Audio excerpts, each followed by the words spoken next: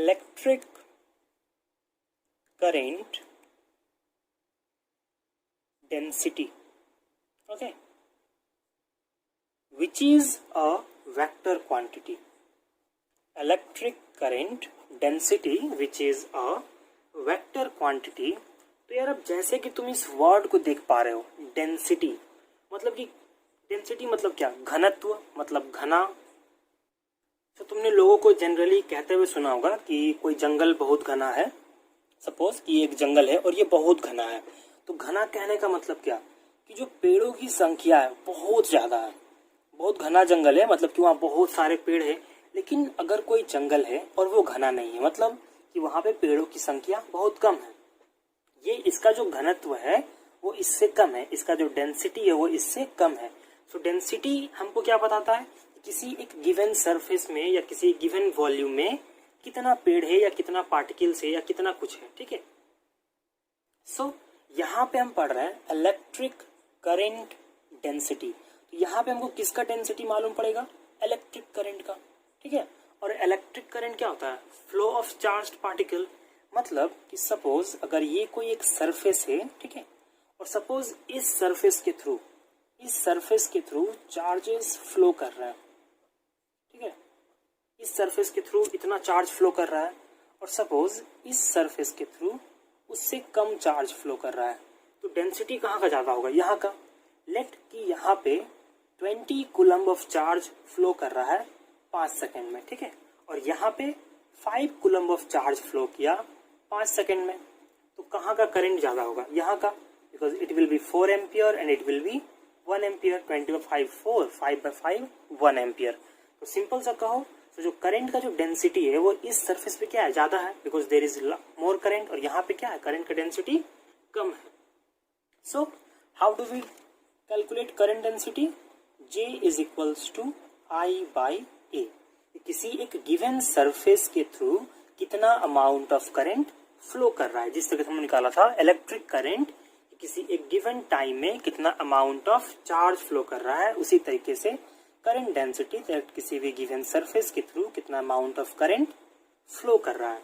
तो ये तो हो गया सरफेस का बात कि किसी एक गिवन सरफेस से। लेकिन अगर मान लो हमको किसी एक पॉइंट के थ्रू निकालना हो तो हम क्या करेंगे, जिस तरीके से हम लोगों ने इलेक्ट्रिक करंट में लिमिट लगाया था, limit del T tends to 0, same उसी तरीके से हम लोग क्या करेंगे, एरिया को लिमिट कर देंगे, ठीक है। So let this is del S, और जो अमाउंट ऑफ करंट है दैट इज डेल आई। मतलब कि इस सरफेस के थ्रू डेल एस के थ्रू कितना अमाउंट ऑफ करंट फ्लो कर रहा है, del I. Then what will be the amount of current density through a point, it will be limit del s tends to 0 del I by del s, ठीक है। This is current density through any surface area A, ठीक है, and this is the current density through a point, okay। del s tends to 0 क्या represent कर रहा है कि suppose this is a surface, और अगर ये सरफेस डेल है, डेल एस है, और इसको हम डेल एस टेंड्स टू 0 कर रहे हैं, मतलब 0 के बराबर कर रहे हैं, उसके सरफेस एरिया के बराबर छोटा कर रहे हैं, और छोटा कर रहे हैं, और छोटा कर रहे हैं, छोटा कर रहे हैं, कर रहे हैं, इतना छोटा कर दिया कि पॉइंट के बराबर हो गया, ठीक है। जब वो पॉइंट के बराबर हो गया तब वो क्या रिप्रेजेंट कर रहा है, उस पॉइंट को ही रिप्रेजेंट कर रहा है। मतलब कि अब हमको जो करंट डेंसिटी मिलेगा वो किसके थ्रू मिलेगा, उस पॉइंट के थ्रू मिलेगा। So we calculate limit del s tends to 0 del I by del s. Now this is the magnitude of current density. Now what will be the direction? Direction क्या होगा इसका, so जो direction del I का होगा, मतलब जो direction current का होगा, सेम वही डायरेक्शन करंट डेंसिटी का भी होगा, ठीक है। एंड वन मोर थिंग कि ये जो डेल एस है, जो सरफेस एरिया है, that must be perpendicular to the flow of charges, ठीक है, that must be perpendicular to the flow of charges. So let मान लो कि ये जो सरफेस एरिया है, suppose this is the surface area, ठीक है, और चार्जेस इस तरीके से फ्लो कर रहे हैं। तो यहाँ पे क्या देख पा रहे हो तुम कि ये जो सरफेस एरिया है वो परपेंडिकुलर नहीं है, बट हम क्या लेंगे, इसका परपेंडिकुलर कंपोनेंट लेंगे। ठीक है, इसका हम परपेंडिकुलर कंपोनेंट लेंगे।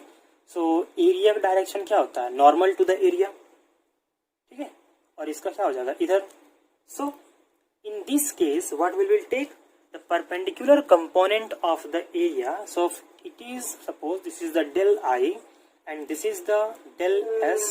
सो क्या हो जाएगा हमारा current density, that will be del I by del S cos theta. ठीक है, दिस इज अ थीटा।